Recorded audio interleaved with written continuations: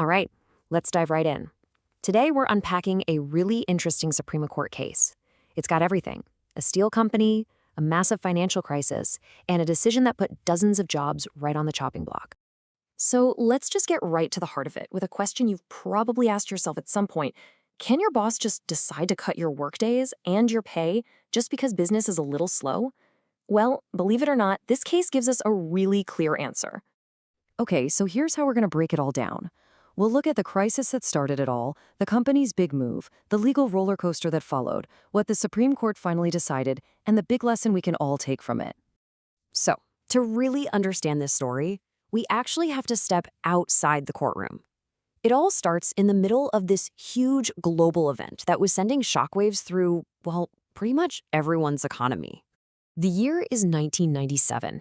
The Asian financial crisis is absolutely raging. Currencies are in a nosedive. And for a company like Linton Commercial, which, imports steel for a living, this was a disaster.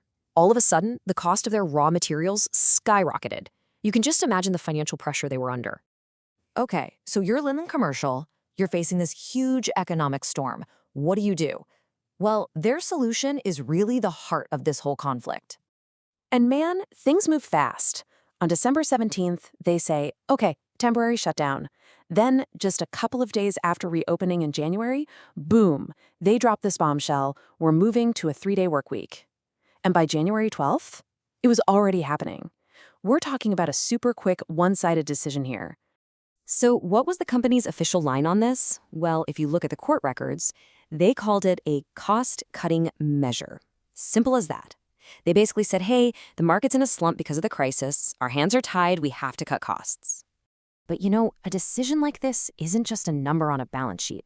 We're talking about 68 workers who are suddenly facing a massive pay cut. And they weren't just going to take it. They decided to fight back. They filed a formal complaint saying this was an illegal reduction of their workdays. And just like that, the stage was set for a huge legal showdown. All right, so this is where things get messy. I call it the legal roller coaster because, believe me, this case did not get a quick resolution. It just kept bouncing from court to court, and everyone had a different take on it. And when I say divided, I mean completely split. First up, the labor arbiter sided with the workers. They said, yep, this is an illegal reduction of work. But then the case goes to the National Labor Relations Commission, and they completely reverse it. They called it a valid exercise of management prerogative, which is just a fancy way of saying it's the company's right to manage its own business. So you've got one court saying illegal, and the very next one saying totally fine. And the ride was not over yet. The workers appealed again, this time to the Court of Appeals. And the Court of Appeals sided back with them. So now we're back to square one. At this point, with the lower courts basically in a deadlock, there was only one place left to go for a final answer: the Supreme Court. And this is where we get to the main event. The Supreme Court steps in, and they decide to cut through all the back-and-forth arguments. They focused on the one thing that kicked this whole thing off in the first place: the money, the company's actual financials. So Linton's whole case pretty much boiled down to one number: a claimed loss of over 3.6 million pesos for 1997. And at first glance, that sounds pretty bad. It seems like a perfectly good reason to start making some drastic cuts, right? But hold on. The Supreme Court didn't just take that number and run with it. No, they did their homework. They started digging deeper, looking for the bigger picture, for some context. They wanted to see the company's complete financial reports. And what they found? Well, it changed everything.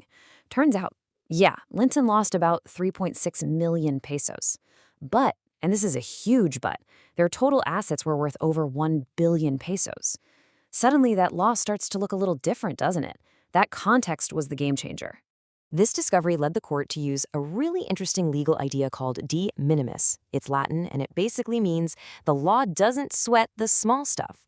The Supreme Court's point was that a 3.6 million peso loss, when you're sitting on over $1 billion in assets, it's kind of small stuff. It was legally insignificant. It wasn't some catastrophic loss that was about to sink the whole company.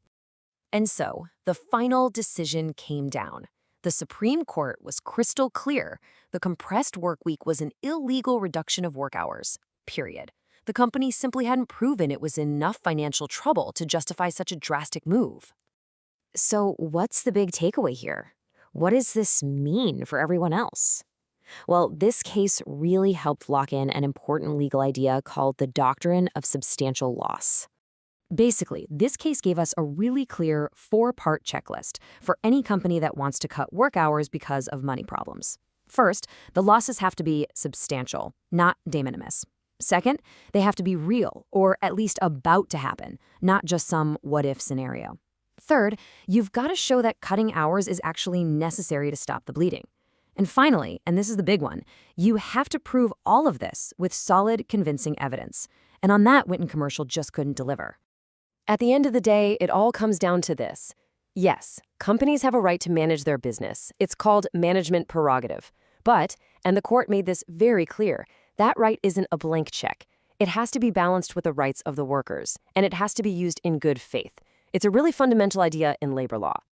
So this case leaves us with a really big question, one that's still at the heart of workplace debates today. Where's the line? When does a company trying to protect itself cross that line and start violating its workers' rights? It's a tough question, but thanks to cases like this one, that line in the sand is just a little bit clearer.